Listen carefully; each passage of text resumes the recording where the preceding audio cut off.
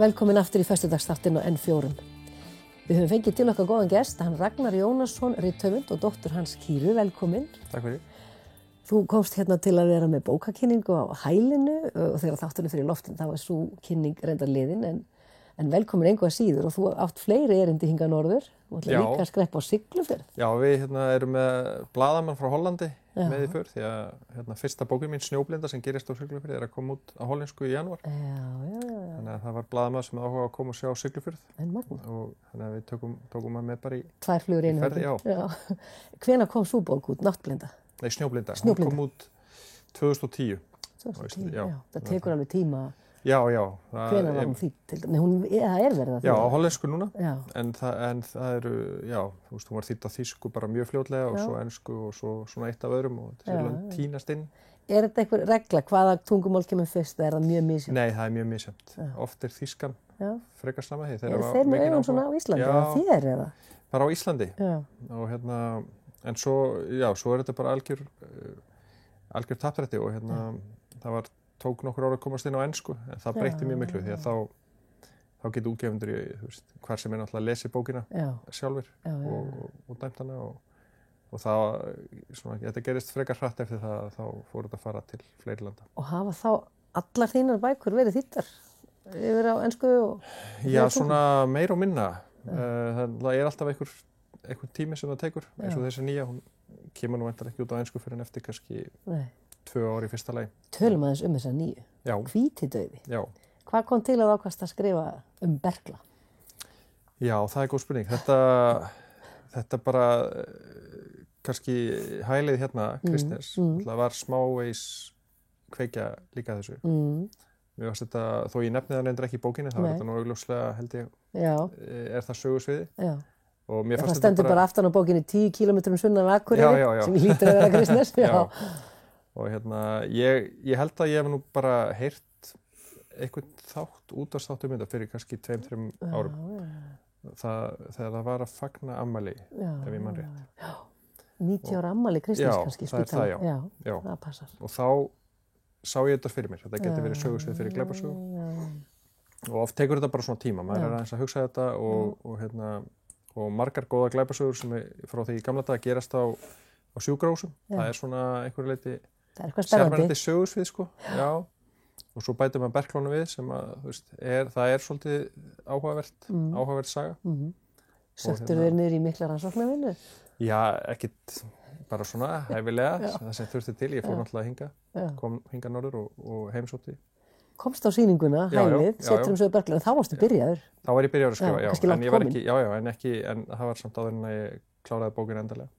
Fórstu heim og breytir ykkur eftir heimsóknina? Já. Það er svo mikilvægt. Ég reyni alltaf að fara á þá staði sem ég er að skrifa því að það svona gefur manni alltaf einsýn. Ég þó maður sé búin að lesa það og átt að sjá því. Það er svona, þá fær maður aðeins meira tilfinning og getur bara lýst kannski bara einhverju smáatriðum sem maður var ekki með. Og ég skoðaði alltaf sýninguna og labbaði í kringum lóðina og svona því að þannig að maður getur svona lýst þessu enn betur og það eina sem ég fannst vanta var að því að í sögunni það eru 2 sem deyja þarna árið 1983 í sögunni þegar þetta er svona, þegar berklarnir eru horfnir og þetta er ég ímynda mér á þeim tíma sé þetta bara svona eitthvað svona skrifstofu spítali í rauninni, engir sjúklingar þannig að það sé ekki margar persónur til að vinna með og það sem gerist er að það er kona þarna, eldri kona sem að deyr nokkuð svona vofeglega, svona óhugnarlegur dauðdagi svolítið í upphafi og síðan er annar starfsmaður sem að fellur til jarðar af svölum og deyr og þetta er að gerast 1983 í sögunni. Og þegar ég kom síðan þá var ég nú eiginlega búin að teikna þetta allt upp og ég var svona að leita þessum svölum sem hann datt á og ég fann það ekki almennilega það var búið að byggja allt í spað þarna. En það svona, ég leita hann að sleppa. Þetta gerist þarna 83 og svo gerist það árið 2012 að ungur afbrotafræðingur er að skrifa lokaritgerð þessa atburði og þeir eru svona í rauninni, þessi gáta var aldrei leyst og hann svona fer að sökka sér mjög ofan í þetta og fer að hitta fólki sem var að vinna hann á þessum tíma og voru, þú veist, lág undir grunn og fer að velta upp þessum steinum og þá, þú veist, leysist málið. Já, mögulega og svona, já, og jafnvel fleiri sem að eiga eftir að deyja. Sko. En er þetta eitthvað svona, að því að nú þú hefur verið að skrifa svona sama fólki dálítið oft, að þú veist, Hulda kemur í nokkrum bókum, er það ekki? Jú. Og Ari. Jú. Fyrsta serían mín var á Siglufirði, það var með Ara, þá voru 5 bækur sem gerðast á Siglú. Og svo komu 3 bækur Huldu sem átti nú að vera bara svona 3-leikur. En hún birtist aftur í þessari bók. Nú, hún gerir það, já. En er þetta eitthvað að einhverjum öðrum svona, eitthvað annari seríum? Já, ég held það. Þú veist það kannski ekki alveg. Nei, en svona mig grunar það. Þessi afbrotafræðingur, hann heitir Helgi Reykdal. Ég sé nú fyrir mér að hann geti kannski... Haldið þessu áfram. Já, hann sem sagt tekur... Er hann staðsettur á Akureyri? Nei, hann er staðsettur á Sunnan og hann sem sagt tekur við í fyrstu bókunum Huldu sem heit Dimma. Þá hún að hætta í lögreglunni og síðasta máli hennar því hún þarf að víkja fyrir, eins og yfirmaðurinn segir, ungum efnilegum lögreglumanni. Og það er þessi maður. Hann var eiginlega til eftir þessa seríum hann. Ég sagði, hvernig væri að skoða þess mann sem tekur við af henni, hver það var og hans saga og þannig verður hann til. Og þannig að hún tengir þetta aðeins saman hann í þessari bók. En svo held ég að hann kannski taki bara yfir í ykkur, vonandi. En sko, Yrsa er ekki verkfræðingur og skrifar krimma. Þú ert lögfræðingur og skrifar krimma. Hvað er þetta eiginlega? Krimmar svona meðfram einhverjum allt öðruvísi störfum. Ég held bara að Ísland sé svo lítið landa allir þurfa að náttúrulega hafa mörg störf til þess að við getum bara að synda öllu sem þarf að sinna. Það er bara þannig. En auðvitað kemur þetta til að maður bara fer í skóla og fer að vinna og svo dettur inn þetta áhugamál. Var það bara þannig? Það kviknaði bara allt í hennu? Nei, þetta er bara frá því ég var mann eftir mér, sko. Já, alltaf skrifa. Og vissir alveg að þú myndir gera eitthvað meira með þetta? Þegar þú varst komin í lögfræðinám alveg? Nei, ég var nú ekkert þessum ég myndi nokkuð að skrifa skáldsögur. Maður miklar það svolítið fyrir sér. En einhvern veginn gerðist það og svona, svo getur maður eiginlega bara ekki hægt. Nei, eins og smakkað getur ekki hægt. Já, og þetta er náttúrulega bara mjög skemmtilegt áhugamál, en er kannski aðeins byrjað að vinda upp á sig. Er það tíma, hvað segir maður, krefjandi? Fyrir allir þinn auka tími í þetta? Það er svona dálítið þannig. Það er svolítið mikið að frítímanu líka, því ég þarf að ferðast svolítið mikið til að fylgja bókunum eftir. Þú ert eiginlega kannski þekktari erlendis heldur en hér, eða hvað? Ég er þetta að segja, sko. Þú ert mikið að fara til útlanda að lesa? Já, mjög mikið.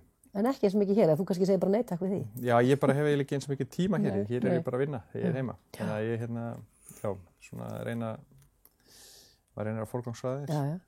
Er ekkert svona í þér sem blundar að bara einhvern tíman eftir 10 ár þá allir bara hætta lögfræðistörfunum og bara vera rithöfundur? Er það engin draumur? Já, ekkert endilega draumur, en það væri alveg áhugavert að prófa einhvern tíma. Ég sé það ekkert fyrir mér endilega, því að ég er mjög skemmtilegur í vinnu. Og það er líka bara, gefur mér svo mikið að þú umgangast fólk og Þetta er svolítið innmannalegt kannski að skrifa bók. Ég hugsaði að sé þetta álitið. En þarna ertu fjármálaráðgjafi hjá Arion Bank og hittir alveg fullt af fólki hverjum degi.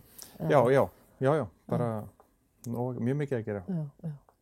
Ertu strax farin að huga, hvað hafa komið ört út? Er þetta ein bók á ári? Já, ein bók á ári þetta er 11. bókin. Og er það svona takturinn sem þú ætlar að reyna að halda? Já, ég held það. Það er það virðist vera stemmingin. Við erum svolítið svona með þetta jólabókaflóð og það er bara gaman að vera með í því. Þannig að næsta bók þarf að vera svona nokkuð klár hvenær? Hún er næstuði tilbúin. Það er bara þannig. Já, það er mjög lítið. Þannig að þú veist alveg að þessi gaur heldur áfram? Nei, verður hann ekki. Hann verður ekki? Nei, ég ætla Hann gæti poppað upp í ég ætla næsta ári að gera aðra bók Siglufjörð. Já. Sem að hefur verið svolítið síðan ég gerði hana. Þar eru ræturnar þínar, er það ekki? Jú, þar er sko pabbi alinn upp. Já. Og amma og afi bygguð þarna. Og við eigum með þá húsið þeirra þannig að við höfum alltaf skreppið þangað ekki? Já, bara eins og oft og hægt er og þarna var ég í rauninni sko, þarna vorum við á sumrin alltaf þarna þekkjum alveg hvert stein og grók og kring. Já, svo þannig að mér fannst þetta algjörlega borðleggjandi sögusvið. Svo er þetta náttúrulega mjög fallegur bær og hann er svona inni lokaður einhvern veginn með þessi göng og þannig að hann passar vel inn í, fannst mér, glæpasögu. Farið á skíði? Ég hef farið 2 eða 3 á skíði, bara á ævinni. Nú, það er ekki meira. Nei.